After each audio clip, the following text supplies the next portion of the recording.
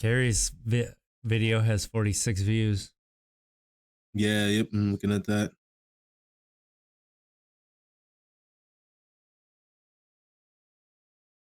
Wait, I got 57 on Twitch. I'm not looking at Twitch. I'm looking at YouTube. YouTube? Nice. God dang. Yeah. All right.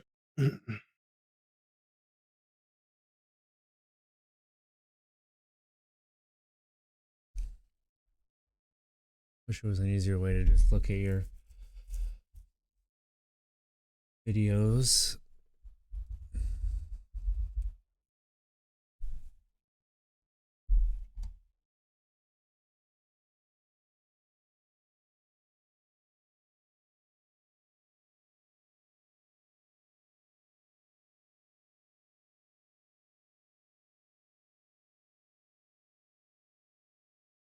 All right.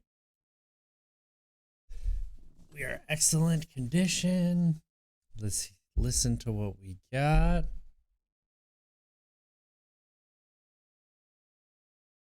We gained a follower. Another one.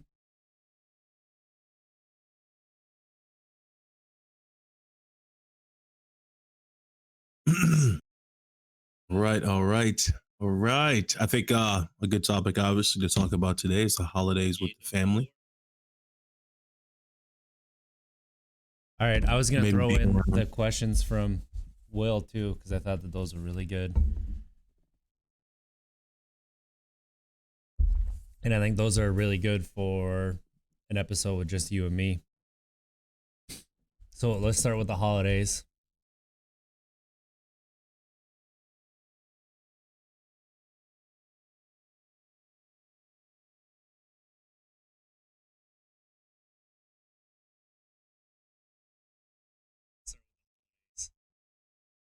I think sound is good.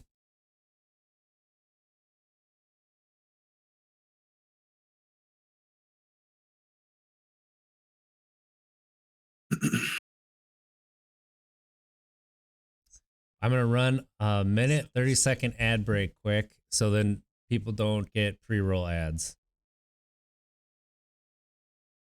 Why are we frozen?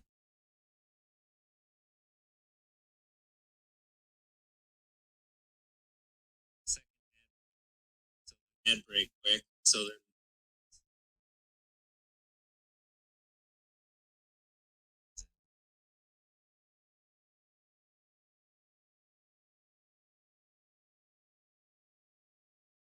we're not. It's just for some reason on here. So I got to reload.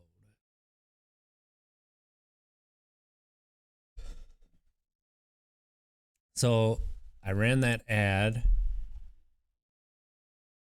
Oh no, it didn't work. All right.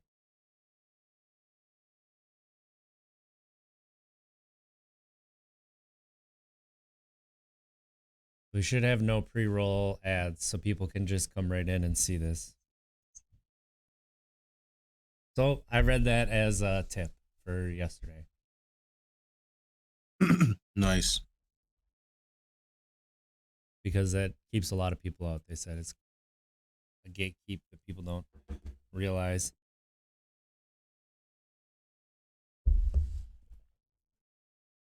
So let me know when you are ready. Yep, I'm ready. Oh, we're close to a hype train. All right. Hype train? Yeah.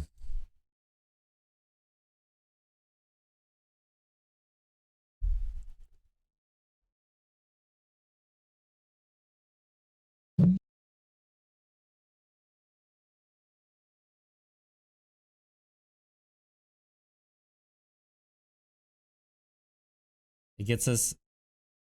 So hype train gets us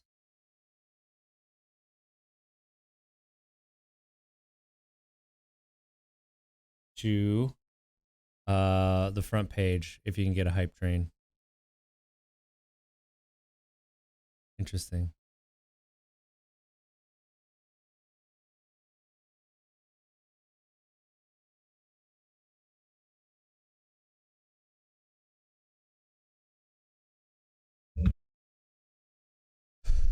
If we get one more sub, then we get a hype train. Okay, ready?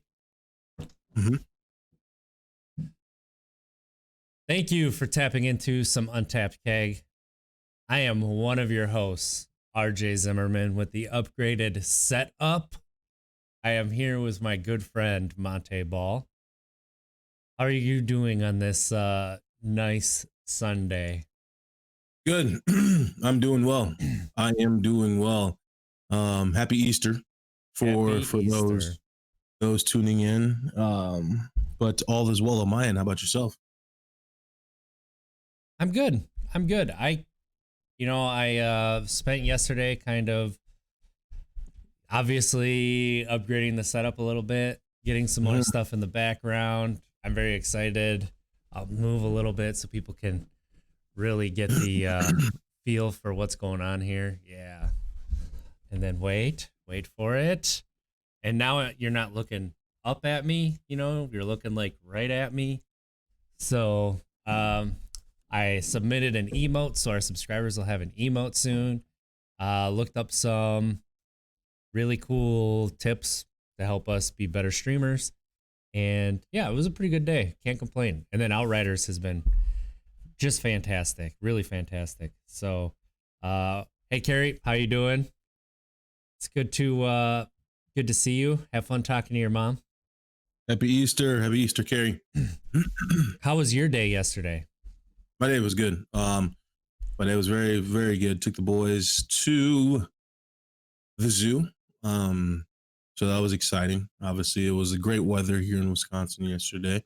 Same for today, but it was a good time just to get outside, enjoy the weather, enjoy some family, check out some animals, and yeah, really just kind of detaching from my phone was pretty cool. So yeah, yesterday was a good day. Yesterday was most definitely a good day, but today, yeah, I'm excited to chat about excited to chat about the holidays with the family, obviously, because today is a holiday. And obviously those who are sober going around family or family gatherings, you may obviously come across alcohol. You may come across possibly other drugs. And I just wanted to kind of bring that up because I know it's tough. It's tough for some people. Some people tend to stay away from their family if their family's not really respecting what it is they're going through. Others try to muscle through it of some sort. But my question to you, RJ, is what are some tips that you think that some good healthy tips for people who may be a little hesitant to go around their family during holidays just because of what it all may entail? That's a really good question. Don't do it. I mean, honestly, yeah. I mean, honestly, that's not that far from the truth. If you are, if they are a massive trigger to you and you know that they're a massive trigger and they aren't 100% in with you being sober, and yeah, skip this year.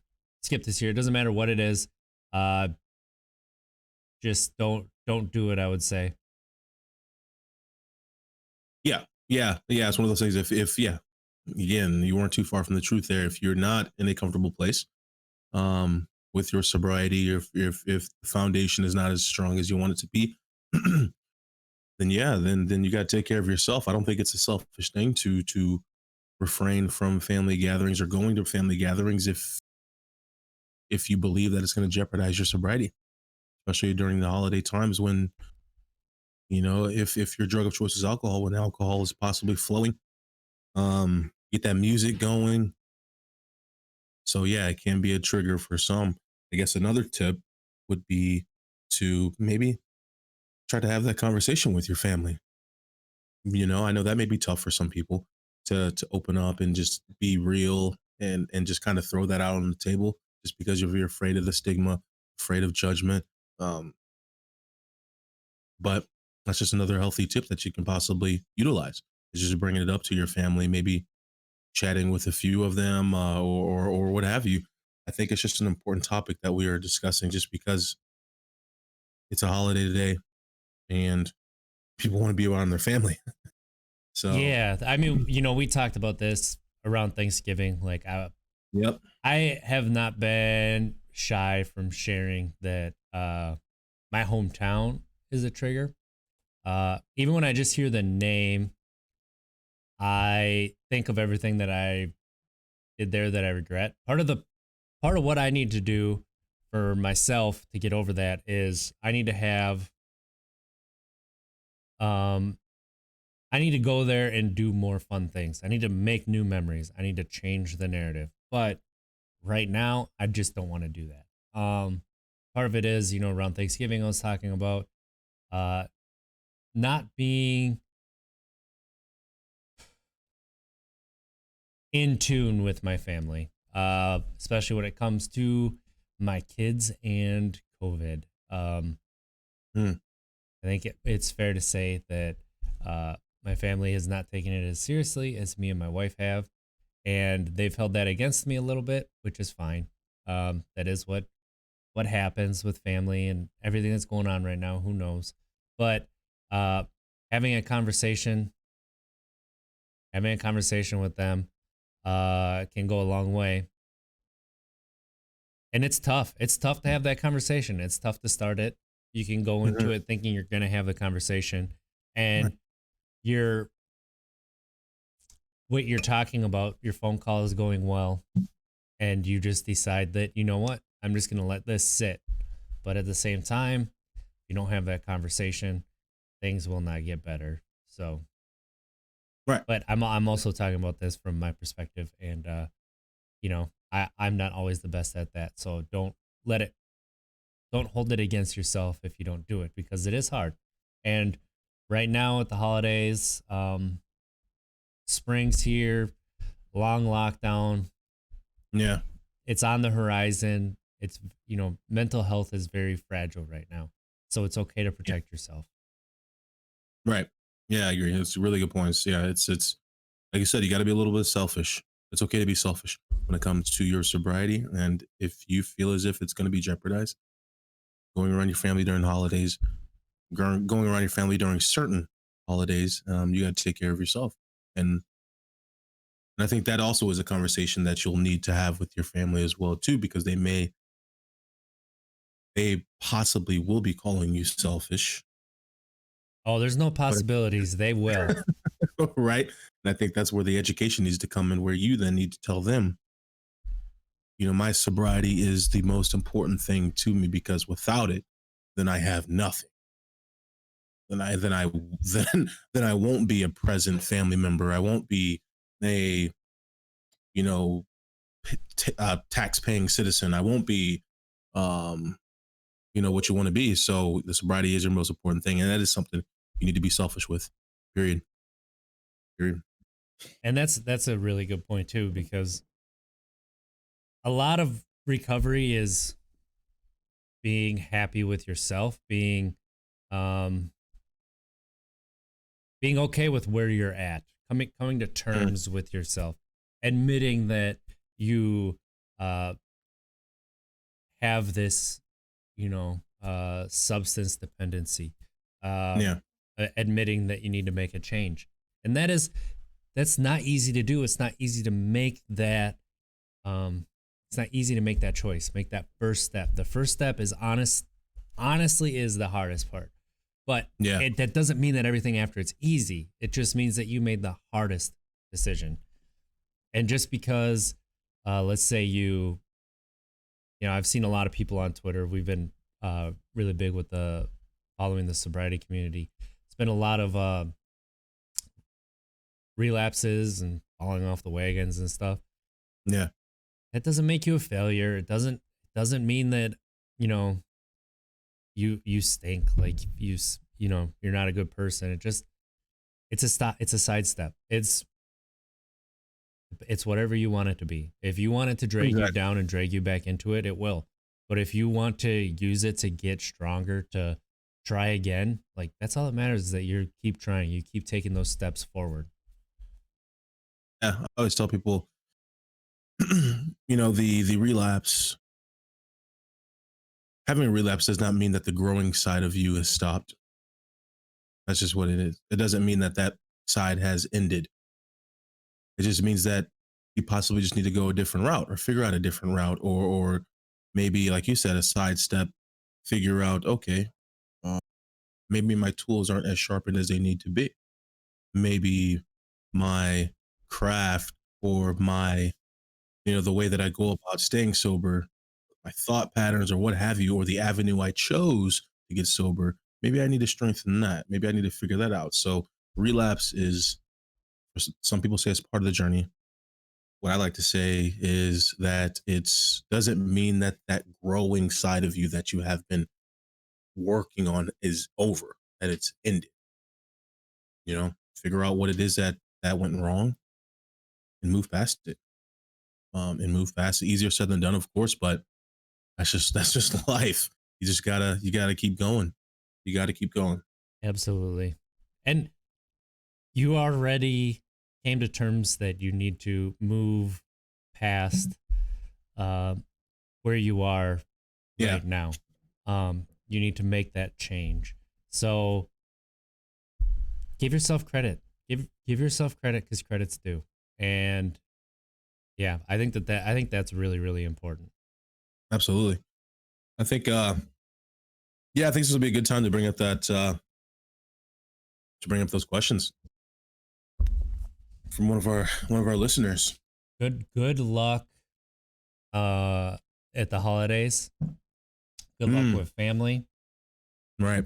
We want to thank everybody in the community because we've been getting a lot of engagement, which we love, which is what we want, what we really want. And we have some questions that were asked on the YouTube comments.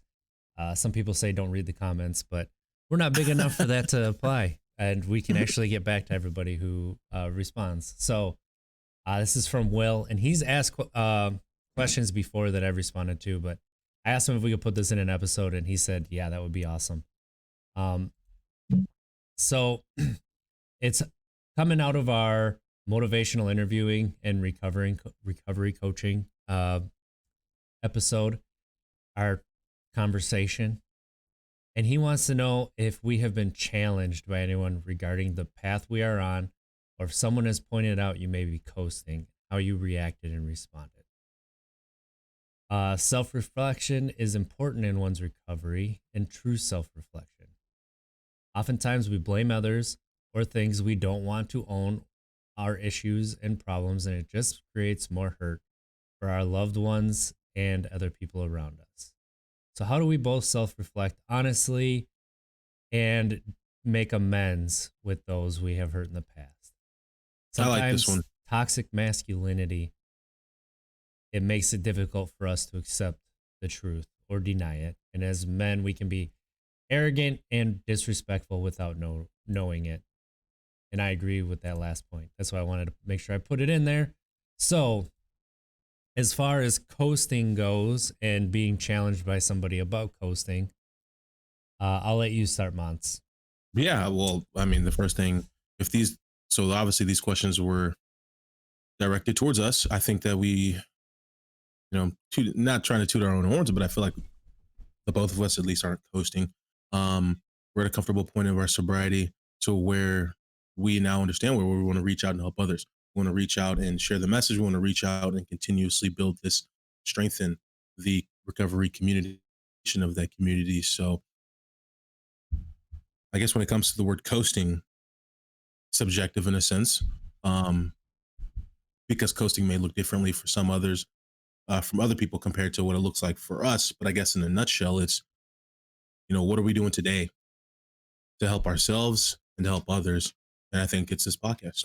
Honestly, I think it's this podcast, reaching out and sharing and talking about how you can make it through another day, today being Easter. And so, although, yeah, I do always feel like there is room for improvement, always, because it is a journey. Sad part about this journey is you can never reach the finish line.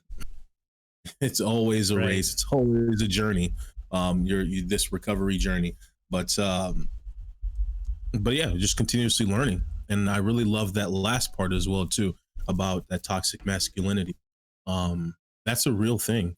It is a real thing. And unfortunately, in our American society, we do not encourage men to reach out for help. We do not encourage men to become vulnerable, to talk about things that they may be struggling with, just because it's such a patriarchal structure. The traditional way for a household is for the man to not talk about his feelings, to be the breadwinner, yada, yada, yada. Well, that's not the case anymore. We need to start talking about toxic masculinity and how that impacts not only yourself, but the ones around you because of learned behavior. So I highly recommend that people either educate yourself on toxic masculinity, or if you are already educated with it, speak on it, talk about it, help to tear down that barrier, just so that we all can grow together as men. Um, Hopefully that answered it. Did that? Well, I was going to ask you, have you been challenged? Who has challenged you and Ooh. how did you react? Oh, um, um, have I been challenged? With your sobriety? No, no, I don't believe so. I don't believe I have been challenged. And to be honest, I mean, I think, this individual who asked this question, we most definitely appreciate the questions, but challenged, um, no, I have not been challenged. And I would not appreciate, I don't know if someone would challenge me, because my sobriety is my sobriety. My recovery is my recovery. Um, so I'm in recovery when I say I'm in recovery, and challenge that. Yeah, I don't know. I love the question because I don't know if I would take it so well. I don't think Well, I would. because if somebody's taking their time to challenge you, it's not going to be some stranger on Twitter or someone on YouTube. Right. Like the way that the question was worded, and this is no offense to Will, because Yeah. I really appreciate the question. It took me about 4 times to read it to really understand what he was saying, because at first it comes off like it's all kind of confrontational. Like, if somebody is challenging you, it's someone that knows you well, who is there, Right. who understands, recovery. It's not going to be just, your cousin that you haven't seen in 3 years, right? It's going to be somebody like that you go to AA meetings with, Exactly. you Someone who really knows you. yeah. And I mean, it could be easy to say that you watch us for an hour and a half every week, or listen to us, and think that our recovery, but you don't know what's going on up here. However, I will say that before we started doing the podcast, I was definitely coasting. I was not working on bettering myself, and I would even argue that like October through December, I was also hit another coasting level where I've been first off, my partner challenges me a lot. Where if I'm not 100% present, which she doesn't expect 100% presence 100% of the time, but it's just like if I haven't been for a long time, or like if I get to the autopilot mode I've talked about before, where I go to work, come home, feed the kids, put them to bed, go to bed. And then like, that's all I do every day. When I get to there and we don't have conversations, she does challenge me. And she does see like when something's bothering me, or I'm just not working on stuff. I just, I almost think that I was a dry drunk for the first Right. 4 years of my sobriety. It's just I had so much going on in my life that I didn't have to think about it. It was just like between work, relationship, buying a house, getting, honestly, work took so much time, and then starting having a kid, like, and then having the second kid. I didn't have any time to think about it. I didn't have any time to work on it. Um, the only things that I really had time for were working, and then I would play video games every once in a while, but like I would try to go out and play basketball or softball as much as I could. But like I didn't work on myself, so I didn't have much for growth. Uh, Whoa, hold. And then I would love for you to continue. yep. I feel like people shouldn't almost feel bad for that coasting part, because there is a million ways up this hill. You're right. And if you are a dry drunk and you are successful at it, then who am I to say that that you're coasting Well, for being sober for but your at the same time, if you don't address what the underlying causes for your uh, substance dependency was, then you're more likely to go back to it. But it can also be really hard to confront it. It can be really hard to understand why you went to the bottle so much. It can be hard to reconnect with your emotions, right? That's what I really enjoyed about this question, and I hope that I conveyed it in my answer, was that it made me think. And honestly, I felt a little bit guilty. I think that's why I thought the question was confrontational at the very beginning, because I do feel like I was coasting. Like I was just like, I don't need to drink, and I'm not going to drink, and so I'm good. But that doesn't necessarily mean that I was doing everything that I could in my recovery. Like one thing that I really want to do for my kids as a parent is I don't want to put myself on a pedestal, and I want to explain why dad doesn't have a beer with the other dads, or why dad doesn't go out to the bars and have a drink. Why does he drink Mountain Dew instead? I want to tell them why. I want to explain to them. I don't want them to think that I'm a perfect person, because I'm not. And I don't want them to feel like they have to live up to something that isn't true. And I think part of that is in my recovery, trying to be better with my emotions, move past that toxic masculinity. If somebody wants to challenge me, to accept it and be like, well, here's why. Like, don't try not to go straight to anger because I feel confronted, because I feel nervous or guilty or anxious about it. Like, right. You're right. Your recovery is your recovery, and you need to own it.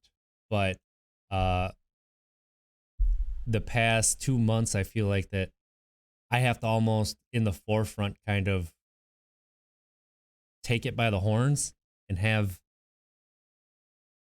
do more with it, do more to be with my, emotions, to be better with my emotions, to share with my partner before she asks. Right. Does that make sense?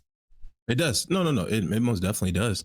And you're right about toxic masculinity, because that's part of our issue. That is part of our issue. I think that's why, that's not why, but that is kind of some of the reasons that men don't feel safe sharing their feelings. They don't want to get vulnerable. They don't want to, we don't want to, I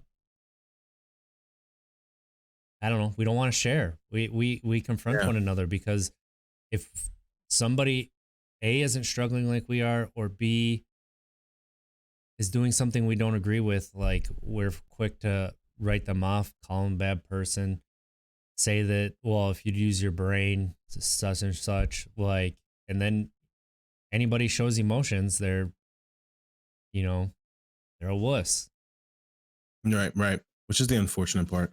But yeah, I mean, I think those were great questions, because you most definitely interpret them how you may. It's just for me, with the education that I am receiving through or with the recovery world, etc., challenging someone is not the right approach that you need to have. I think that it depends on your definition of challenging. I think you're looking at challenging as being confrontational, calling you a liar, saying that it's not real. You only, but you only bring the challenging aspect in, and if you are a therapist level, I mean, if you are a sort of, uh, I guess, yeah, I don't challenging in the aspect of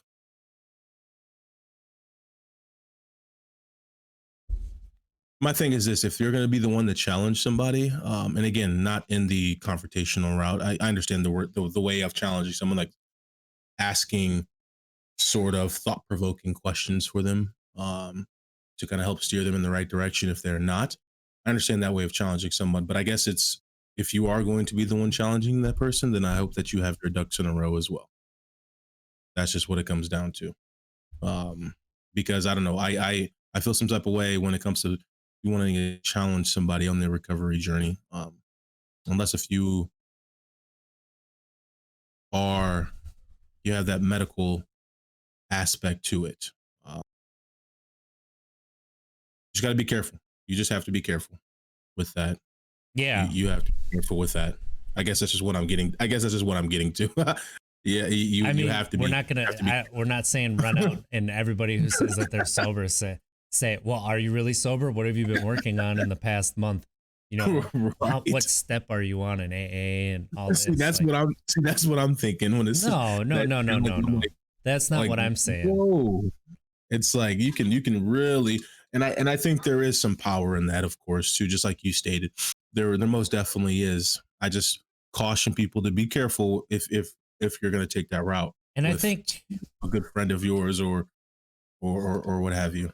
I think challenging someone, you're right, inherently is going to provoke feelings. Like it is going to Mhm. have, you are going to be like taken aback for a couple minutes and you're either going to lash back or you're going to say, well, where are they coming from? Are they coming from a place of trying to demean me and put me in my Right. place? Or are they coming from a place of love and they just want me to be better, to be Exactly. the best version of myself? So that's why I said I think you have to be careful with how you approach how you're coming with that challenging question or excuse me or what have you, because I just people in recovery, we have big emotions. We have big big feelings, big emotions. So I just caution you, if you were taking the challenging route, you be careful. Just be careful. So the second part of his question that we didn't answer, that we should go into now is, uh, you know, he'd like to hear our input on acceptance and importance of acceptance and recovery. Yeah. Acceptance of your past, your mistakes, um, and then like forgiveness. Like, have you forgave yourself? Uh, including your past mistakes, and yeah, that's the hard work. That's the hard Oh yeah. process. It's so difficult to look at your past because you don't go sober because you're in a good place. I should say most people, right? Most people don't go into recovery because life is perfect. Life is grand. You're making really good decisions. You wake up in the morning with a hangover, but you feel good about yourself. Like that's just that's not why you go into sobriety. So everybody has past mistakes. Everybody has uh the feelings that Mhm. they don't enjoy about their past. So Right. what do you do about acceptance and forgiving yourself? Oh yeah. This is the good one. I'm an open book. Obviously, everyone in my story, I was an a-hole. I was not a good person. Not a good person when I was under the influence. Not a good partner when I was under the influence. And that's that toxic masculinity. That toxic masculinity comes about when it's almost like that there's something that you need to correct with yourself, that you need to stop drinking or need to stop using or what have you. But that toxic masculinity comes in and says, "Oh no, you're fine, you're fine, you're good, you're good, you're good, you're good. Let's not even open up that door. You're fine." keep charting down this path. Everything's good. And so, for me, the forgiveness part obviously is just about how poorly I treated people. Um, and it took me a while to kind of get over, or to forgive myself, I should say. It took me about 4 years, honestly. And the way that I went about, kind of getting over that hump, getting over that hill was, honestly making amends, reaching out to those. I reached back out to those who I've harmed in my past, and said my apologies and everything, and received some great feedback. And then a lot of praying as well too. I understand some people aren't religious, some people don't go down that route, but for me, I loved the praying. It's kind of sort of like a meditation piece for me to really revisit some of those old wounds, some of those old mistakes, and understanding that I'm a different person today than I was then. I think that's what you really have to understand. I think the forgiveness piece really comes about when deep down you know that you are different than you were in the past. If you've put the work in, if you put the work in to really better yourself, whether it's therapy, whether it's assisted medication or what have you to help you stay away from the drugs, whether it's family, friends, whatever it is, AA, if you've really put the work in to make amends, to better yourself, that forgiveness piece comes a little easier. So for me, yeah, it was that route that I took, therapy as well too, and it really helped me to forgive myself. But it took me a long time. It took me a long time. What about yourself? Oh, sorry, what were we gonna say? No, I was just gonna say, well, taking that first step into uh stepping into recovery, into sobriety, Yeah, like that in itself is starting to take those steps to be a better person. You're not the same right. person you were before. You Like both of us can go get a drink right now if we wanted, and it would be 100% legal. right. But we choose not to, because we know that we cannot go back to alcohol. Can't do it. Yeah, I have a lot of the same feelings as you do. I have not forgiven myself for the past, and the way that I try to make up for it is trying to be better today. Like trying to, if I see a Right. bully, like actually stepping up to the bully, and if I see somebody being mistreated, uh, I go out of my way to say, "Hey, no, no, that's not okay. Yeah. Don't do that." Um, I I do take the hmm, I do somewhat resent myself too that I let myself get to that level. Um, I do struggle with this. This is probably the biggest part of recovery that I struggle with Yeah. is in myself, is that I am very hard on myself. I still think back on things that I did in sixth grade, like things that I said, and I'm like, why would I say something like that? Or like eighth grade, or like high school, let I got a alone question. waking up the next morning, remembering how I woke up the next morning after I drank. Go ahead. So, real quick, Carrie, really, really appreciate your feedback in the chat. Really, really appreciate it. And thank you for sharing that information about yourself. RJ, my question to you, man, is, and my apologies for interrupting you, but That's I okay. want to, you stated that, so you do not want for your kids to place you on a pedestal. You don't want your kids to believe that you are this perfect individual, this perfect father, because that's just not. Um, I honestly think you were an amazing father, but obviously, as adults, we understand perfection is not attainable. And so, my question to you is: so, if you want your kids not to believe that, then why do you put your own self on a pedestal? We all make mistakes, man. You're struggling to forgive yourself for some things you've said in sixth grade. Come on. I mean, It's I understand it, It but has it's more to do with how I made those people feel. It has more to I do understand. with And again, I'm not laughing obviously at no, no, you. no. I know what you're I'm saying. just saying, like, I understand what you're saying. I want yo, like you easier said than done, and you probably said some things in the past, but you know you're putting yourself on this pedestal. At least in my eyes, it's what it appears. Um, Thinking that you're supposed to be perfect from zero to from birth to now. Um, but I'll let Yeah. you continue. That's Well, my like I'm trying to be the best person I can yeah. today forward. And part of that is aiming for it, right? I know that I can't always, I can give everybody respect until they give me reason to take that respect away. Um, Mm, and even then, I can still respect them as people, even if they are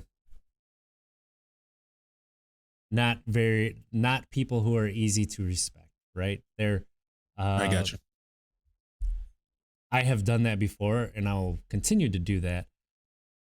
I want to be the best person I can from today forward to make amends for the people that I have hurt in the past, like the feelings that That I've makes hurt, the sense. people I've made uncomfortable. Um, That makes sense. I don't want my kids to put me on a pedestal.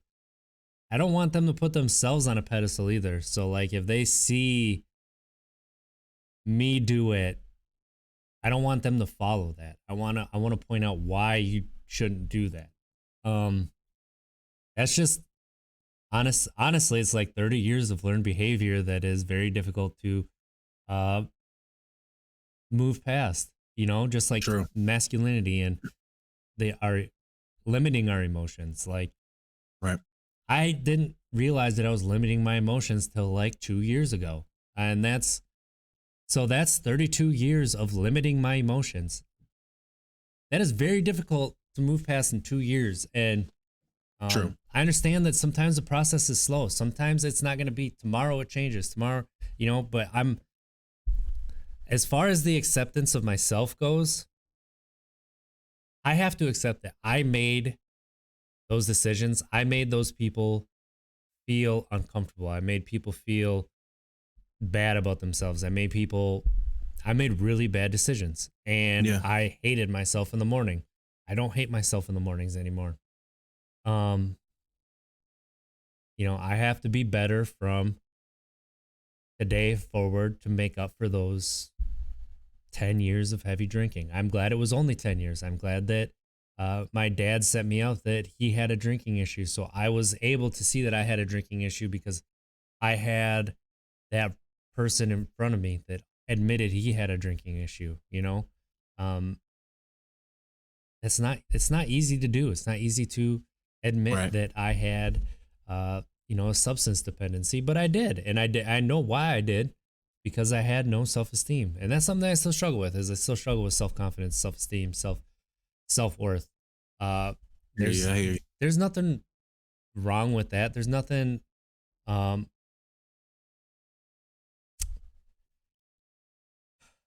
I mean, you're it's at no not fault. something, yeah, it's not something that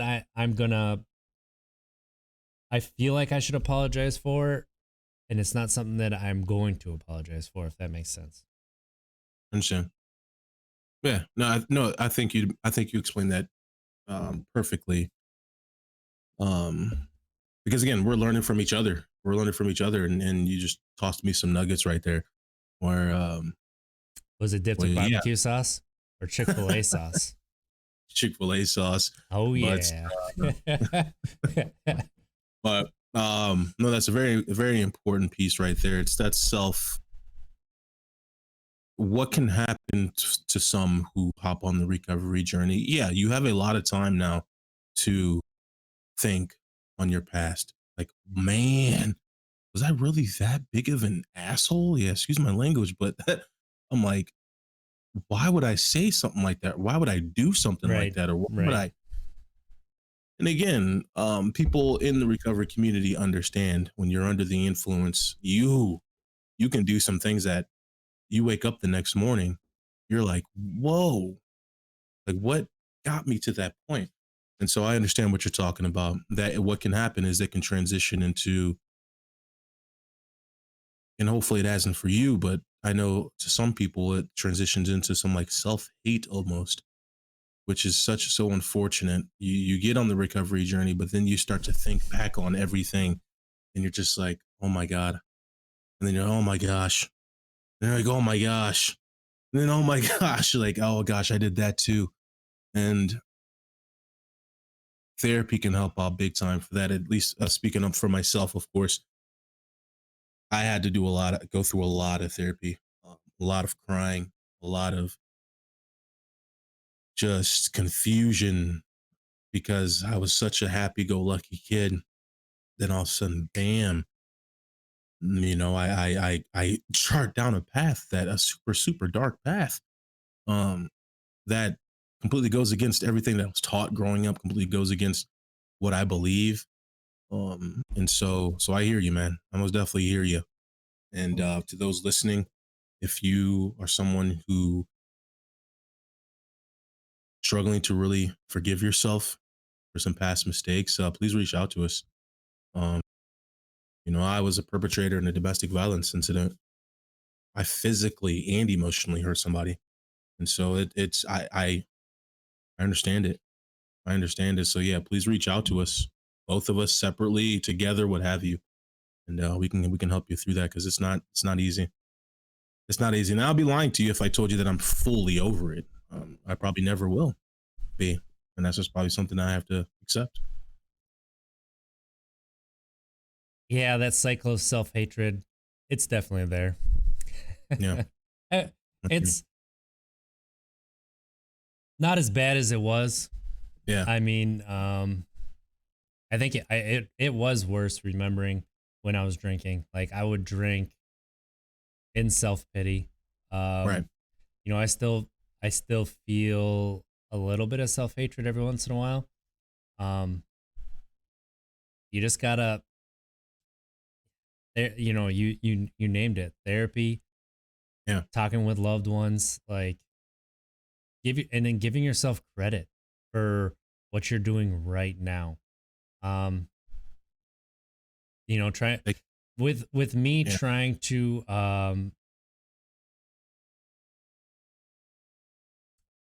be a better person now and trying to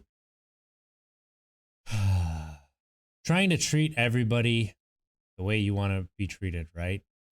Trying to treat everybody with respect, create an environment Mhm. where you can have fun and you can uh, also be hardworking, also do uh, things that make sense, be open with everybody while you're making decisions. Right. It can be tough. It can be tough because there's going to be people who just they they flourish making people feel bad about themselves. They do. Right. Right. Uh, and that's being able to see that, being able to move past that. That's difficult. That's really difficult. Uh, that's something that I struggle with today. Like, Mm. um, it's tough. I don't have the answers, but I Right. did feel myself going to this self hating kind of part of my cycle Yeah. and losing some self confidence, and I could feel myself getting more toxic, like more easily frustrated, more. Uh, Anytime anybody says something to me, I take it to extremes, extreme negativity. Anytime that a situation would happen, I would blame myself. It's my fault. Like all this stuff.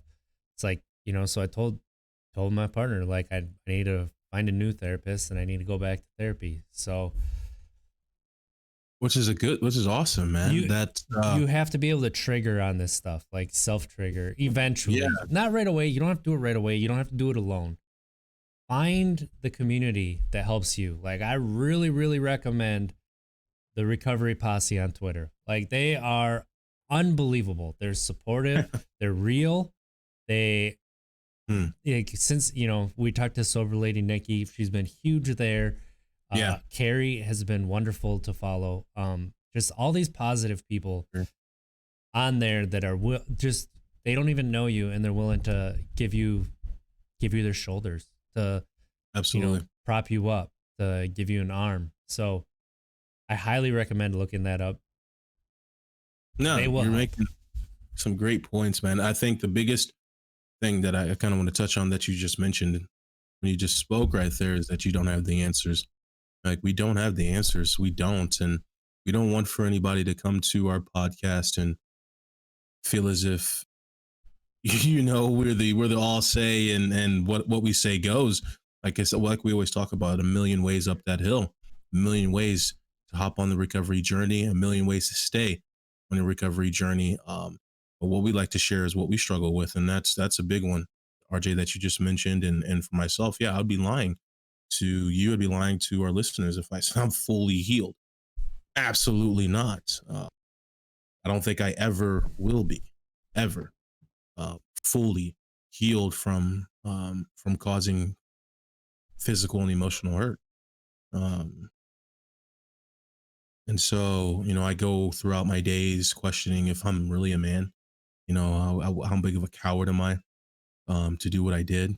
Um, question if I'm ever uh, going to be trusted in another relationship. Question many, many things, but also mainly question, how is she doing? Is she going to be able to trust another man? Are her parents going to be able to trust her partner? Are her parents going to be able to sleep at night? I think of that ripple effect. Not only did I impact her life, but I impact the lives around her. And so it takes a long time. It takes a long time to get to that forgiveness path. But the beauty about, just like what RJ mentioned, recovery posse, the carries out there, this recovery community, you can put yourself around people who understand what you're going through, and just to have those conversations, just to feel that love, just to feel that's just that lack of judgment, which is the great thing about it, is an environment that you can grow in. And so this is a journey, you guys, and it's not easy. And we are not medical professionals. We're just talking about our personal experiences, trying to be vulnerable, show people that you can do it. But that was really good. That was I appreciate you sharing that. And it's a little piece from my book. When is that? What are you talking about? What book? So my book just finished its editing process. I'm shooting for the last week of June to release it, but what I stated is exactly what I state in my book about that ripple effect. Because obviously my story is a memoir, but when I speak on, obviously, domestic violence, it's not about me. It's not about me. And these were thoughts that I was having while I was in jail watching the Broncos win the Super Bowl. And so, it's not the woe is me card. Obviously, I understood what I needed to work on, not exactly in the moment, but afterwards. But it was always what about her? Like, what about her? Did I possibly put her on a trajectory where she may never trust her partner, may never have kids, or what have you? I don't know. So that I beat myself up a lot about that. But again, I love what you mentioned, RJ. We don't have all the answers. We're still learning, and this is not a perfect journey. And that's part of being an adult and getting older, is realizing that you don't have all the answers, that you're going to still make mistakes. It's not worth it to fall back into something that doesn't help, or B doesn't, right. It gives you, like, right now. It gives you right now, you can forget everything, but you're going to wake up feeling even worse. You can't stay in that forever. Right. Yeah. You may not be able to forgive yourself because of the picture of the person that you have in your head, but you can do more to make tomorrow better, to be a better person tomorrow. And that's why we say what we say at the end of the podcast: being better tomorrow. We'll try, because that's all you can do as a person is try. Like, as soon as you stop trying, as soon as you give up, that's when it's done. And as soon as you give up, that's when it's hardest to get somewhere else. Mm, Obviously, you to stand back up. yeah. It don't let yourself get to that position, please. Uh, AA, reach out to one of us. We can try to find some help for you. We can try to help you find a therapist. Some help you find ways to be able to afford a therapist if you're having Right. issues with that.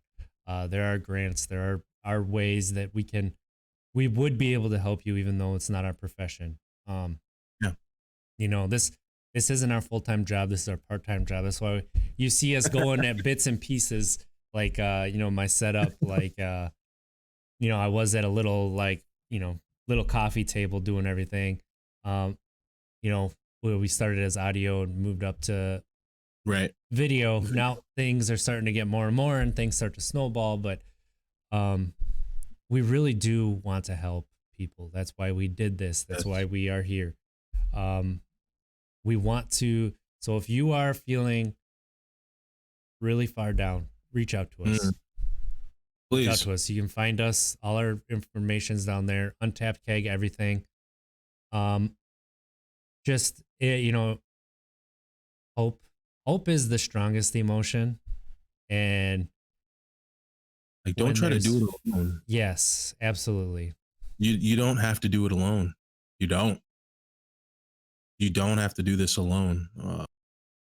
And I know it's easier said than done. It takes a lot of courage to reach out. Um, I can just promise you, our reaction to you reaching out will be one of gratitude and be one of, we will be congratulating you for taking that step because it's not an easy one. We will not be judgmental um, at all. I think we kind of proved that with the gentleman who asked us some pretty tough questions, some the questions that can appear confrontational, but we always come with the approach of we don't have all the answers, so we're trying to learn. So we encourage you to reach out to us because you don't have to do this by yourself. We're gonna approach every single question, every single topic with grace, and want to learn and grow with you. That's just what this is all about. Period. Yeah, I think that's your last line there is so important, and we talked about that in our trailer, and we've talked Yeah, about that a lot. Like, we are here to learn and grow with you. yeah, Um, that's part yeah. of learning and growing. You can only go so far by yourselves. Like, you need Right. other people to help you learn and to help you grow even more. Because if you only stay in your bubble, if you only stay in your what you're comfortable with, you're gonna stunt your growth. You're not gonna Yeah, grow as far and wide as you should. Um, Sometimes the greatest learning experiences, not just sometimes, but generally, the greatest learning experiences are something that makes you feel uncomfortable going to, right? Emotions, failing. Mm. family, uh, Oh, I failing, said actually failing. failure, Failure. absolutely. Failure is such a better teacher than winning. I think Absolutely. that's what all good coaches would tell you. Absolutely. Absolutely. So that falling off the wagon is could be one heck of a learning experience. Feeling down and out one day, but then trying to work yourself through that emotion because now we don't have that drug to numb it. Now we have to face the music. So actually facing it, facing that emotion, facing why you feeling a certain way, and if you do come to terms with what it is, maybe thinking about a past mistake, face that, work yourself through it. That's courage. That's strength. That's taking a step forward in the right direction. That's growth. No matter how little or big it is, it's growth.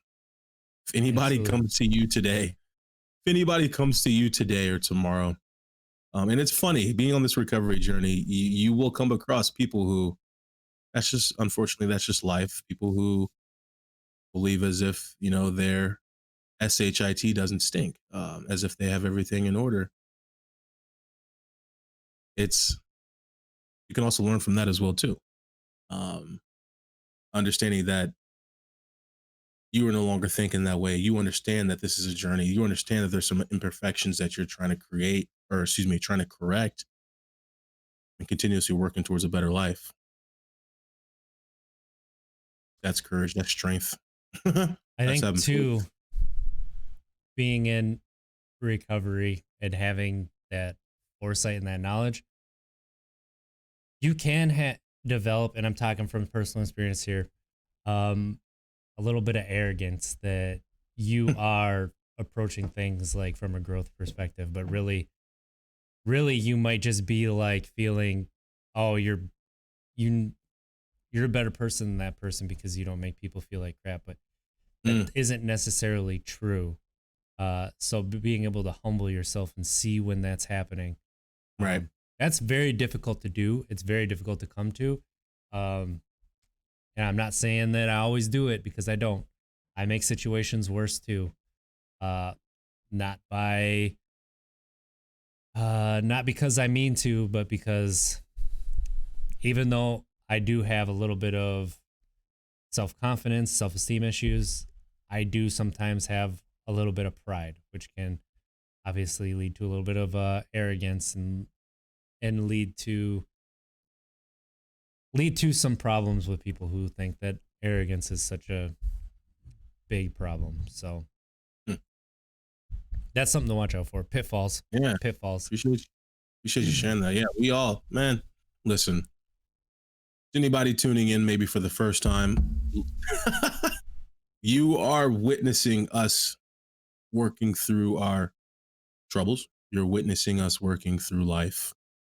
Life is, to some, a series of unfortunate events. To others, God's plan. Whichever way you take it, either way, you have to grow and you have to learn. Some people would say, "Life is like a box of chocolates. Never know On that, what you're gonna get." speaking of chocolates, today is Easter. We do wish everybody a happy Easter. Um, be safe, be smart. And again, if it's too triggering for you to be around family, if there's going to be alcohol and or drugs, um, take care of yourself, take care of your recovery journey, take care of your sobriety, because you know how you are without it, so you must protect it. Yeah, that's a really good point that you make. So we kind of buried the lead on this show. Um, Really appreciate your so kind words. yeah, we do appreciate that, Carrie. We're thankful that you're here too. Yep. Uh, you helped to make this podcast better with your comments. So, Indeed. so we kind of buried the lead in the show today. For anybody who did not catch Thursday night stream, I shaved the beard off. No. I got the handlebar mustache. It's opening day. Should be a national holiday. The Brewers and the Cardinals won, and then they turned around and lost. That happens. It's a long season. Let's talk about things with it being a holiday, with the with it being a holiday and chocolate and positives. Let's start with something that has been positive with you lately. Oh, I love this one. I love this one. Thank you, Carrie. So I do like the stash too. My wife comes around on it after about the fourth day too. Something positive in my life.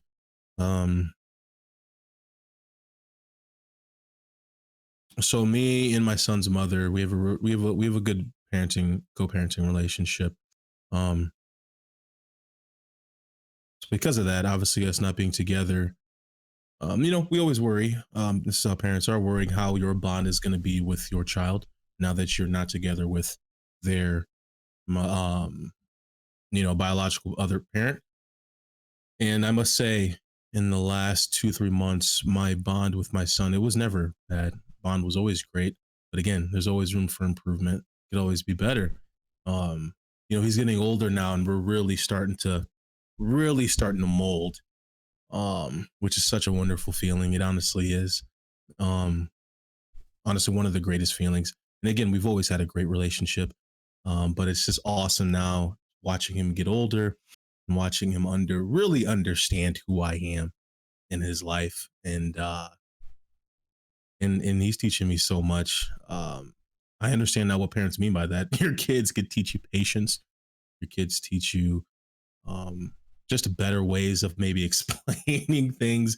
And obviously, I think that just comes with the patience. And so I think it's just a wonderful experience for both of us, just witness, and that being me and my son, to witness this growth together. So that's been a huge positive in my life recently. What about yourself? Um, well, you went to a place I wasn't expecting you to. So I'm gonna start with watching my youngest personality. Uh he's such a goofball. He is such a goofball. I told you, you could just put a camera on him. Like all day. Constantly. I mean, when he goes to eat something, he's a year and a half. He eats more than my 3-year-old. He eats more than my partner. And some days he eats more than me, right? And when he goes to eat his eggs this morning. He grabs them, pulls them up, and nom nom nom, just starts eating. And he's like, "This is how you're supposed to eat, right? There's nothing weird about this." He's funny. He's funny. He's such a character. But He's funny.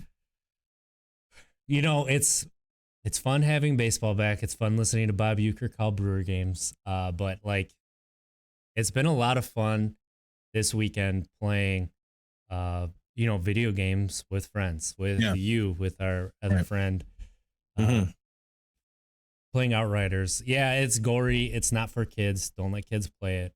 But it's fun when you get a new game and it's fun to play with friends. Yeah. I'm gonna be on. I know I have not been on the last 2 nights, but if you are on tonight, let me know, because I actually do like the game. I do wish it was PvP, which for those who don't know, it was that player versus player. Unfortunately, right now it's just player versus computer. But it is very hard. It's a very difficult game, which is the exciting part. It is the exciting part. Yeah, that what else you got? That is fun, but then like going back with that to like a game like Ratchet and Clank, which just brings back that childhood fun of why you fell in love with video games. It's simple, but it's a joy to play. It's joyful. Just because something's simple doesn't mean it's not fun.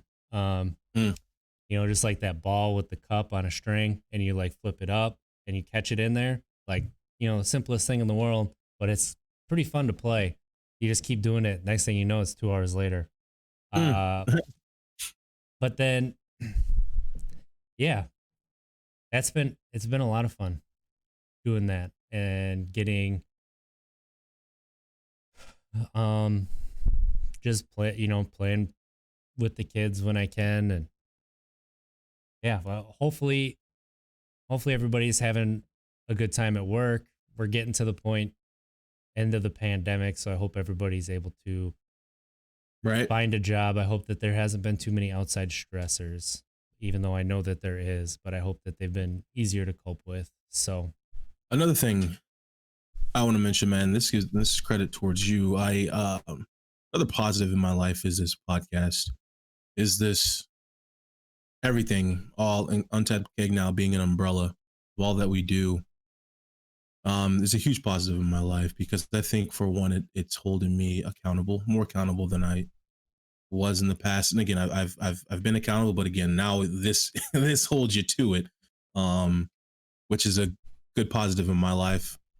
And being consistent as well too is a huge positive in my life. And then also getting to learn more about you. Obviously, you've been in my life for 12 years now. Yep. 12 years now. I think so. I don't know. I'd have to ask Ashley for the Right. correct number, but that sounds right. Getting obviously to learn more about you. You know, you're obviously the brother that I never had. So it's getting to learn more about you, getting to learn more about the recovery journey. And honestly, um, you've been doing a lot with Untapped Keg. You've most definitely been kind of carrying the torch with this. And so I'm thankful, and that's a huge positive in my life, man. Just wanted to share that. You do not have to share it back if you don't want to. Thank you for those kind words. You know, you and I got into it a little bit. When was that? Thursday. And then everybody's like, "Are you two okay?" And we're like, "That was just like brothers going at it. We're perfectly fine." Right. Like, that's literally what it's like. I was 100% okay when you texted me. I was like, yeah, after, but at the moment we're about to wring each other's neck. I was, you know, so those listening, I still have those days where we all have those days. I'm minimizing them, but those days where I'm a little bit more on edge, where a shot of vodka or whatever would be something I would go to in the past to kind of take the edge off. But now I have to face those emotions. So it's a great example. Great example. And you have been eating better as well. So like, I have problems when it comes to that. Like for the most part, I want to eat better. So I want to try to cut. We've talked about our sugar cravings before. I want to cut those out and be a little bit healthier.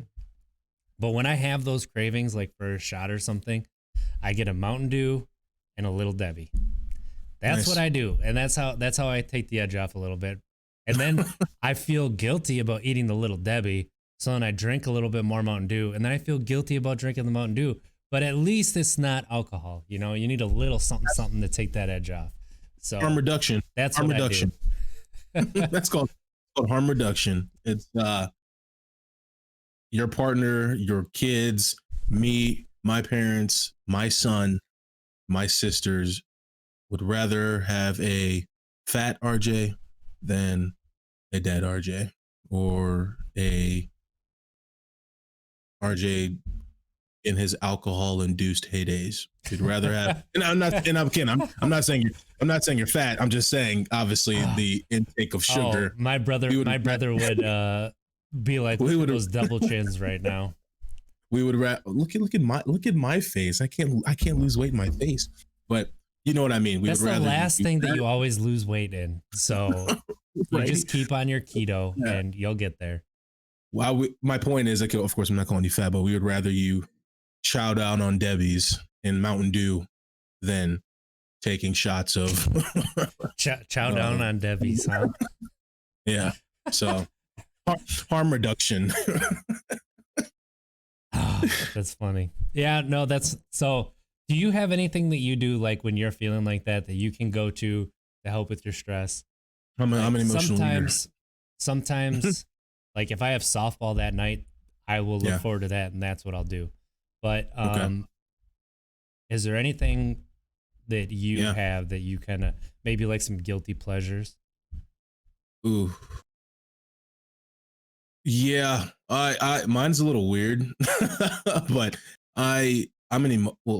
the emotional eating is not something that people don't understand. I'm a huge emotional eater. So if I'm feeling stressed, I will recognize that I'm eating a lot, and I'll be 3-4 meals in, and then I'm realizing why I'm eating so much, and then I'll be like, oh wait, I got something coming up in 2 days. I got something coming up in 3 days. But what I like to do in those moments when that stress is super high, I like to watch. I like to watch like Lifetime shows. Like, you know what I mean when I talk about like the Lifetime feel good shows. Yeah, and obviously the Lifetime shows are all the same. You know, it's obviously familial issues that are going on. Do you mean like the murder ones, or do you mean like the rom-coms ones? I'm not sure what that means. The rom-com. What is that? Like what is romantic that? What is that comedies. Oh no, not so much romantic I guess kind of. Yeah. I guess that is the category that you would place it under. But I kind of like to just be by myself, eat, and watch watch a feel good show Okay. that I Okay. can just, in lifetimes, usually some have happy endings, some don't. But even if they don't, I still like watching them. I don't know why. It's a guilty pleasure. Of course, You should you would you should expect. watch The Notebook is what you should watch. Can't do it. That's too Okay. romantic. Okay. I can't What do about that. have you seen Role Models? Yes, see, I like that. I like stuff like that. What about I Love You, Man? I think I've seen that. Is that dude from Ant-Man? Yeah, Paul Rudd and Yeah. Jason Segel. Yep, I've seen that. So that's the stuff. You're on track. Like How to Lose a Like Guy in 10 Days. I Forgetting like Sarah that. Marshall, that used to be my go-to movie. That's Like a when I funny was movie. feeling really down, I would go Or to like Forgetting Sarah Marshall. Now 50 it's First Dates. yeah, that's a good one too. That is a really good one too. Any Adam Sandler, any Happy Madison production I is don't really. know. I don't know what I go to now. What is my I said go-to Happy movie? Madison. What is this? Is it Billy Madison production? No, Billy it's Madison. it's Happy. It's Did I say Happy right? Madison. Yeah, because Billy Madison is the movie, Right. and I then just couldn't Happy press Gilmore production. is the other movie. So he combined those two. Nice. But yeah, Adam Sandler movies. I love watching Big Daddy. So yeah, those are my. Those are good. I like that. What about have you watched the Justice League yet? The Snyder Cut? But no, I'm still 16 I minutes haven't in. either. I haven't. You gotta started really, it. you gotta really commit. You need to watch 4 the Falcon and the Winter Soldier though. It's I'll watch it. What is that on? 3 Disney Plus. 3 episodes in of 6 episode season. Oh, it's only that's a 6. really good one, Carrie. Carrie said her favorite Adam Sandler's Bulletproof I don't think I've ever seen it. with is that Damon Wayans, right? Yeah, yes, Carrie. 16 minutes in exactly. I stopped it exactly at 16 minutes, and I'm like, I don't know if I got enough time. You don't got enough. That's the thing is, it's gonna take me 8 hours to watch that movie. Yeah, especially with 2 kids running That's around what I'm too. saying. And then I'll have to rewind because I miss a part. It's like, so I'm trying to 4 hours. I need to break it up into 4 nights, do 1 hour at a time. Nice. That's what I need to do. That's true. That's true. But yeah, it's again what we're essentially talking about is we're learning more about ourselves, and instead of turning to alcohol to numb that emotion that we don't want to experience, now you have to face it, and now you have to figure out a way to combat it. But in order to figure that out, you got to learn about yourself. What do you like to do? What is something that you can do? And again, I necessarily wouldn't even count, I'm looking for something else because, watching something, it want to do something like hands-on, but what is something that you can do that kind of allows for you to have that escape, but it's a healthy escape, escaping into a puzzle, escaping into a book, escaping into a series, Netflix series or something. Yeah. It's a healthy escape. There's no wrong answers. Whatever you do, gardening, Yeah. Whatever hobby you pick up. So you have a lot of time now, a lot of time. And eventually Indeed. the energy does come back for a little bit until you decide to have 2 kids in less than 2 years. And then you lose everything. On that note, let's go ahead and end this bad boy. We appreciate everybody for tuning in. We appreciate you for listening to this. We appreciate This was a good one. We appreciate you getting through the serious topics that we had to get to those fun topics at the end. And A10, Bing Cortana, Carrie, we appreciate you, Carrie. Appreciate all your honesty and feedback in the chat. Commander Root, go with him. Lurks and Medroute. Appreciate you guys for tuning in. Find us at Untapped Keg on everything. TikTok has been pretty good recently. YouTube, all podcast services posting later today. And let's try to be better tomorrow than we were today. Because at least if we don't make it, we tried. Everybody will have a good week. Thank you. Thank you, guys.